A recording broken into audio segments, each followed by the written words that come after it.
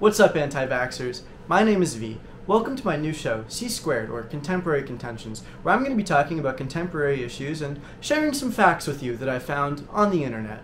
Today I'm going to be telling you why you should pick up a new cigarette addiction.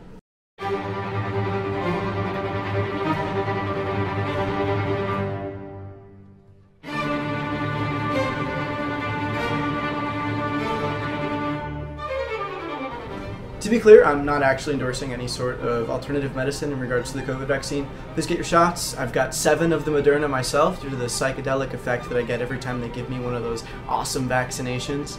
I was doing some research recently on why one might want to pick up a nicotine addiction in 2021, when we know that cigarettes are obviously very harmful and vaping is questionable in terms of safety.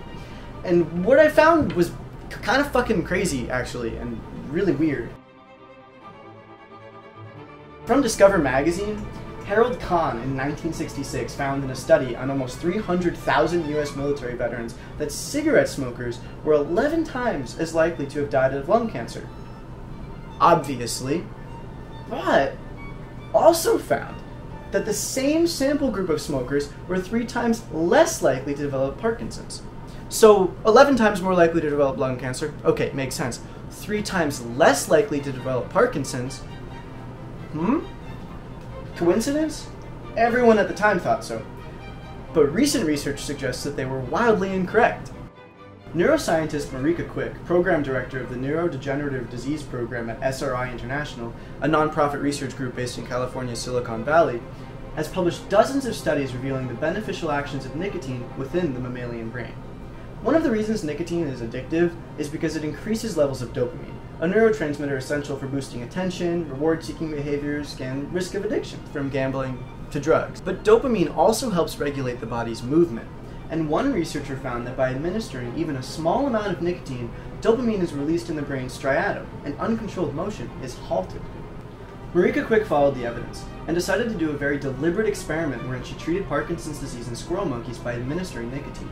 In her landmark 2007 paper, she found that the monkeys had 50% fewer tremors and tics than the control group, and 35% less dyskinesia than in those already receiving L-Dopa, a different treatment for Parkinson's, already associated with far more negative side effects. More studies on more animals, including humans, have since confirmed the research. By driving dopamine, nicotine eases the tremors and tics caused by Parkinson's, and even the movement disorder induced by the major Parkinson's drugs. But Parkinson's isn't the only issue that nicotine seems to be able to solve. According to PLOS biology, nicotine can be used to treat Alzheimer's disease, Parkinson's disease, depression and anxiety, schizophrenia, attention deficit hyperactivity disorder, and even pain and obesity. This is because nicotinic receptors moderate the entry of calcium into cells. The actual chemical of nicotine increases the amount of intracellular calcium in your brain, which appears to improve cellular survival. And in addition to increasing intracellular calcium, it also appears to be neuroprotective, meaning toxic free radicals produced as a byproduct of your body's natural metabolism are cleaned up by the presence of nicotine, which is wild. Even more interestingly, especially considering I'm in a college dorm, recent studies suggest that nicotine can be as effective at enhancing attention as methylphenidate, also known by its over-the-counter name, Ritalin. So nicotine can be just as effective as Adderall. That's fucking crazy. And it also seems to be just as effective as modafinil at promoting wakefulness. Recent Silicon Valley obsessions with nootropics, chemicals designed to enhance productivity and cognitive function, which claim to have 0 side effects or addictive potential, have led researchers to pursue nicotine as a nootropic drug. The result? Exactly what you'd expect given the trajectory of this video. According to psychologist Jennifer Rusted of the University of Sussex in Britain, when administered in safe doses, nicotine appears to improve cognitive function by 15% pretty consistently. She calls it the most reliable cognitive enhancer that we currently have. According to a paper titled Cognitive Effects of Nicotine, recent progress by researchers Gerald Valentine and Mehmet Sofuoglu, preclinical models in human studies have demonstrated that nicotine has cognitive enhancing effects, including improvement of fine motor functions, attention, working memory, and episodic memory.